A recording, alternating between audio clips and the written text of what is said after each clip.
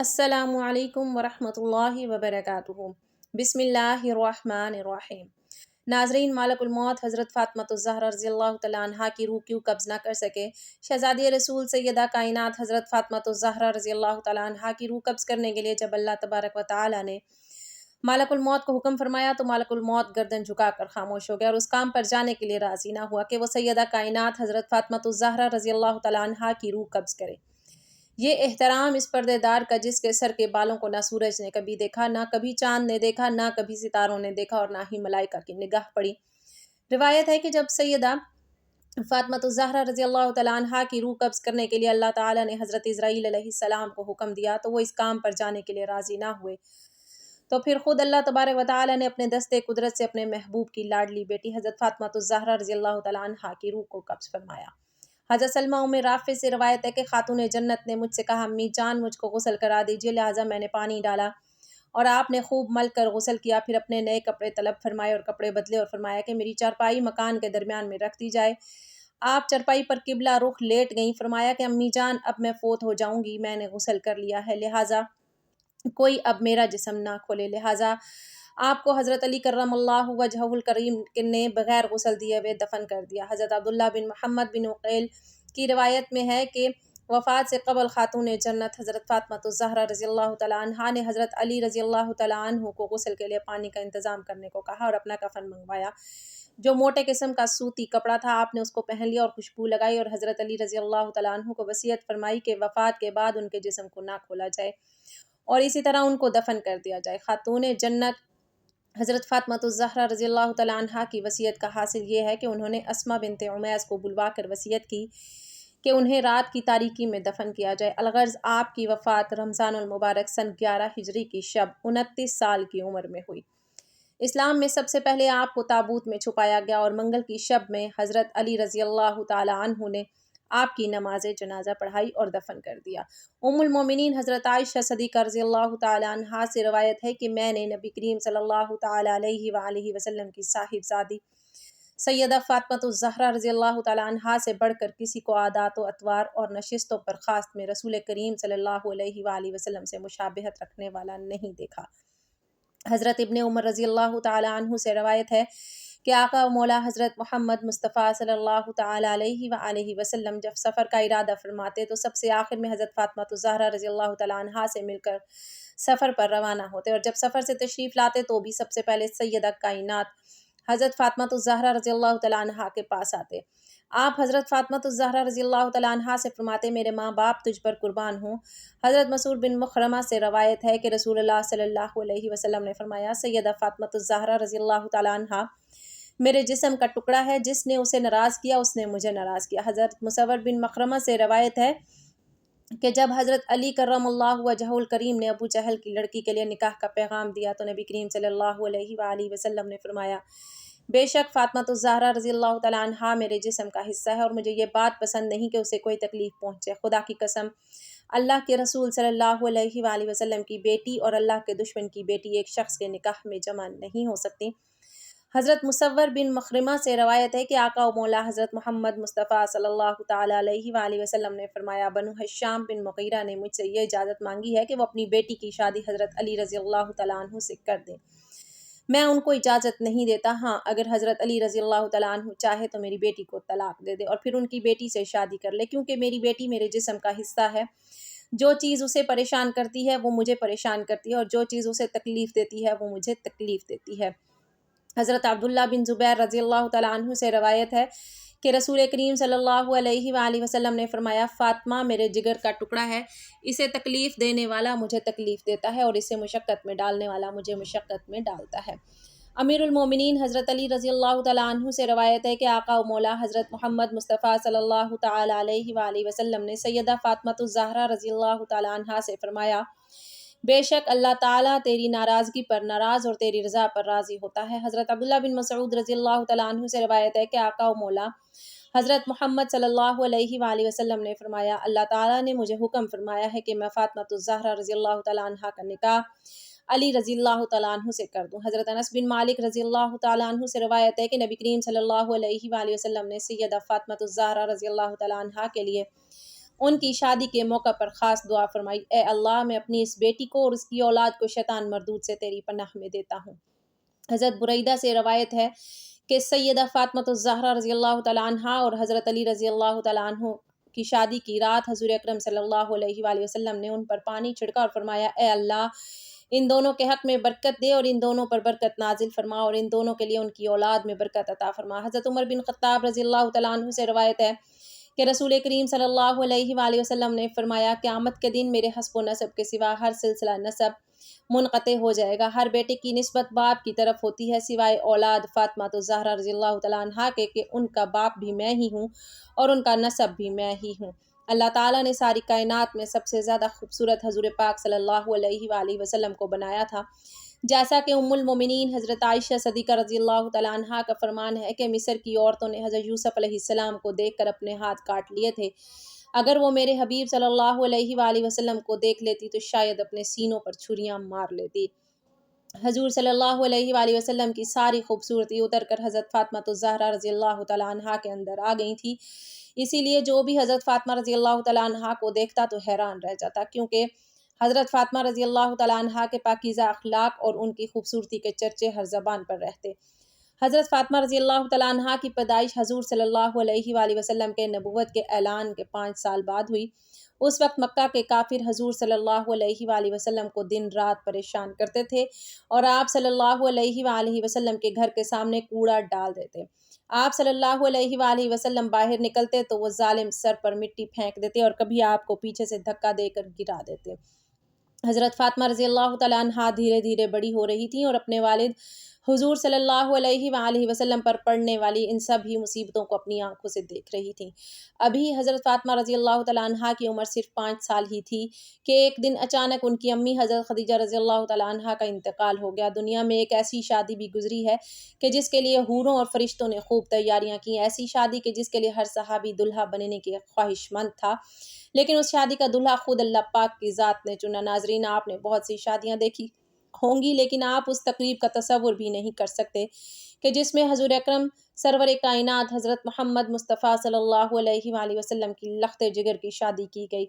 اللہ کی قسم دنیا بھر میں کوئی بھی ایسی تقریب نہ ہوئی ہوگی۔ سیدہ فاطمہ الزہرا باقرہ عابدہ جب بلوغت کو پہنچی تو آپ کا رشتہ لے کر بہت سے جلیل القدر صحابی حضور پاک صلی اللہ علیہ وآلہ وسلم کے پاس تشریف لائے، لیکن حضور صلی اللہ علیہ وآلہ وسلم نے سبھی کو یہی جواب دیا، مجھے اس معاملے میں اللہ پاک کے حکم کا انتظار ہے۔ کچھ ماہ بعد حضرت عبد الرحمن بن عوف اور دیگر کچھ صحابہ کرام رضوان اللہ تعالی علیہم اجمعین نے شیر خدا حضرت علی کرم اللہ وجہہ الکریم کو مشورہ دیا کہ اے علی، اب آپ بھی جائیں، سب کو انکار ہو چکا ہے، لیکن جو آپ کی نسبت نبی پاک کے ساتھ ہے وہ کسی اور کی نہیں تھی۔ حضرت علی رضی اللہ تعالیٰ عنہ رسول اللہ صلی اللہ علیہ وآلہ وسلم کی خدمت میں گئے کہ اتنی دیر میں اللہ کے محبوب صلی اللہ علیہ وآلہ وسلم نے فرمایا، اے علی بن ابی طالب، آج تمہارا آنا کیا فاطمہ الزہرا رضی اللہ تعالیٰ عنہا کے رشتے کے لیے ہے؟ تو حضرت علی رضی اللہ تعالیٰ عنہ نے نظریں جھکا کر فرمانے لگے، جی ہاں یا رسول اللہ صلی اللہ علیہ وسلم نے فرمایا کہ مجھے جبرائیل امین علیہ السلام نے پہلے ہی خبر دے دی ہے۔ اب ہم نے ان کی درخواست قبول فرمائی اور ارشاد فرمایا، اے علی، گھریلو ضروریات کی کوئی چیز تمہارے پاس ہے جسے تم وسیلہ بناؤ؟ امیر المومنین حضرت علی رضی اللہ تعالیٰ عنہ نے فرمایا، میرے پاس ایک تلوار، ایک اونٹ اور ایک زرہ ہے۔ حضور علیہ الصلاۃ والسلام نے فرمایا، تلوار کی تمہیں ضرورت ہے، ہر وقت جہاد کے لیے تیار رہتے ہو، اور اونٹ تمہاری سواری کے لیے ہے، وہ بھی ضروری ہے۔ میں تیری طرف سے زرہ پر اکتفا کرتا ہوں، اور اے علی رضی اللہ تعالی عنہ، تجھے بشارت ہو کہ اللہ تعالیٰ نے تیرا اور فاطمہ رضی اللہ تعالیٰ عنہا کا نکاح آسمان میں کر دیا ہے۔ مجھے اللہ تعالیٰ کی طرف سے یہ حکم ہوا ہے کہ میں بھی سب کے سامنے تمہارا اور فاطمہ کا نکاح پڑھا دوں۔ اس طرح رسول اللہ صلی اللہ علیہ وآلہ وسلم نے حضرت علی رضی اللہ تعالیٰ عنہ کا نکاح پڑھا دیا۔ جب سیدہ فاطمہ الزہرا طیبہ طاہرہ کی رخصتی کا وقت آیا تو تمام ازواج مطہرات حضور صلی اللہ علیہ وآلہ وسلم کے پاس آئیں اور حسرت آمیز باتیں کیں۔ حضرت ام سلمہ رضی اللہ تعالیٰ عنہا رسول اللہ صلی اللہ علیہ وآلہ وسلم سے کہتی ہیں، اے اللہ کے رسول صلی اللہ علیہ وسلم، آج اگر خدیجہ ہوتی تو اللہ کی قسم ہمیں فاطمہ کے متعلق کوئی پریشانی نہ ہوتی اور ان سے آپ کی آنکھیں بھی روشن ہو جاتی۔ رسول اللہ صلی اللہ علیہ وآلہ وسلم کی آنکھوں میں آنسو آ گئے اور آپ نے فرمایا، خدیجہ جیسا کوئی بھی نہیں ہے، اس نے اس وقت میری تصدیق کی جب سب نے تکذیب کی، اپنے سارے مال کو مجھ پر خرچ کر دیا، اللہ تعالیٰ کے دین کو قبول کیا، یہاں تک کہ میں نے اس کی زندگی میں ہی اسے جنت کی بشارت دی۔ پیغمبر نے ہجرت کے دوسرے سال پہلی ذوالحج کے دن حضرت فاطمہ رضی اللہ تعالیٰ عنہ کو حضرت علی رضی اللہ تعالیٰ عنہ کے گھر بھیجا، اس لیے شادی اور نکاح کے درمیان تقریباً 10 مہینے کا فاصلہ تھا۔ شاید نکاح کا صیغہ جلدی پڑنے کی وجہ یہ تھی کہ دوسرے رشتے مانگنے والے لوگوں کے لیے جواب واضح ہو جائے، اور شادی کی دیر کرنے کی وجہ یہ تھی کہ فاطمہ جسمانی رونما کے لحاظ سے بہتر ہو جائے۔ خاتون جنت کا جہیز آقائے نامدار مدنی تاجدار رسول ذی وقار دونوں جہاں کے عالم کے مالک و مختار حبیب کبریا صلی اللہ تعالیٰ علیہ وسلم نے شہزادی اسلام حضرت فاطمہ الزہرا رضی اللہ تعالیٰ عنہا کو جہیز میں جو سامان دیا اس کی فہرست یہ ہے: ایک چادر، بان کی ایک چرپائی، چمڑے کا گدا جس میں روئی کی جگہ کھجور کی چھال بھری ہوئی تھی، ایک مشک، 2 چکیاں، 2 مٹی کے گھڑے۔ حضرت علی رضی اللہ تعالیٰ عنہ حضرت ام ایمن رضی اللہ تعالیٰ عنہ کے ساتھ حضور صلی اللہ علیہ وآلہ وسلم کی خدمت میں حاضر ہوئے۔ حضرت علی رضی اللہ تعالیٰ عنہ فرماتے ہیں کہ حضور صلی اللہ علیہ وآلہ وسلم نے مجھ سے پوچھا، کیا تم زوجہ کے ساتھ رہنا چاہتے ہو؟ میں نے عرض کی، جی یا رسول اللہ صلی اللہ علیہ وسلم۔ آپ صلی اللہ تعالیٰ علیہ وسلم نے ارشاد فرمایا، بڑی محبت اور عزت سے انشاءاللہ عز و جل آج رات سے تم اپنی زوجہ محترمہ کے ساتھ ہی رہا کرو گے۔ رخصتی کی رات حضور اکرم صلی اللہ علیہ وآلہ وسلم نے اپنی لخت جگر کو ایک نیا جوڑا عطا فرمایا۔ حضرت علی المرتضیٰ رضی اللہ تعالیٰ عنہ حضرت فاطمہ الزہرا رضی اللہ تعالیٰ عنہا سے محبت بھری گفتگو کرنے لگے، یہاں تک کہ جب رات کا اندھیرا چھا گیا تو وہ رونے لگی۔ حضرت سیدنا علی المرتضیٰ رضی اللہ تعالیٰ عنہ نے پوچھا، اے تمام جنتی عورتوں کی سردار، کیا آپ خوش نہیں ہیں کہ میں آپ کا شوہر ہوں اور آپ میری بیوی ہیں؟ کہنے لگی، میں کیوں راضی نہ ہوں گی، آپ تو میری رضا بلکہ اس سے بھی بڑھ کر ہے۔ میں تو اپنی اس حالت و معاملے کے متعلق سوچ رہی ہوں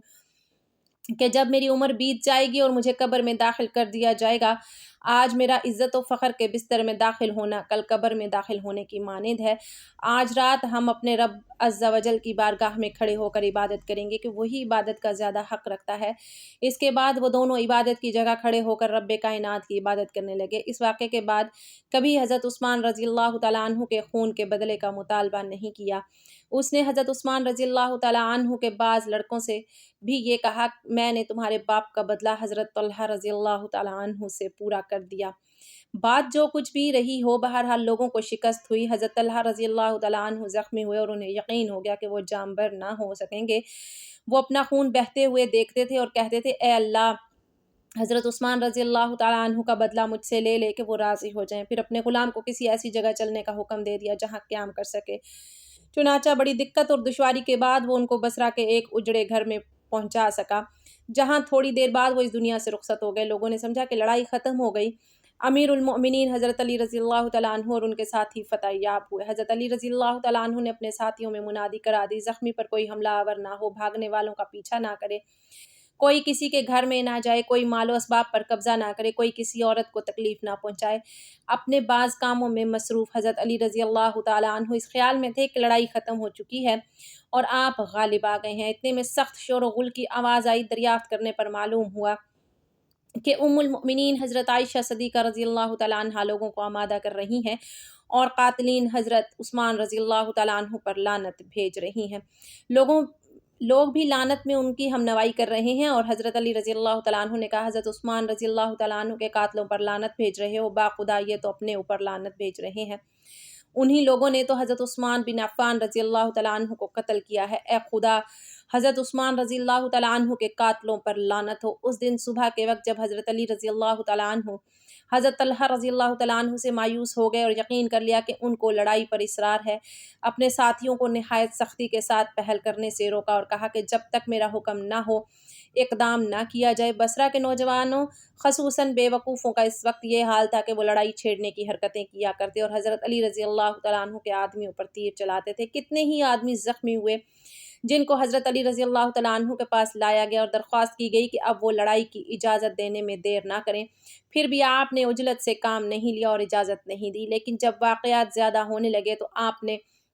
کوفہ کے ایک نوجوان کے ہاتھ میں قرآن پاک دیا اور کہا کہ وہ اسے لے کر فریقین کے درمیان کھڑا ہو جائے اور اس کی طرف قوم کو بلائے۔ حضرت علی رضی اللہ تعالیٰ عنہ نے اس کو بتا دیا تھا کہ اس فرض کو پورا کرنے میں اس کی جان کا خطرہ ہے۔ تھوڑی دیر سوچنے کے بعد نوجوان نے قرآن پاک ہاتھ میں لیا اور فریقین کے درمیان کھڑے ہو کر اس کی دعوت دینے لگا۔ اس کے بعد لوگوں نے اس پر اتنے تیر برسائے کہ وہ جانبر نہ ہو سکا۔ اللہ تعالیٰ ہمیں نیک کاروں میں شامل فرمائے اور ہمارا خاتمہ بالخیر فرمائے، آمین ثم آمین۔ ناظرین کمنٹ باکس میں ایک بار صلی اللہ علیہ وآلہ وسلم ضرور ٹائپ کیجئے گا۔ شکریہ، اللہ حافظ۔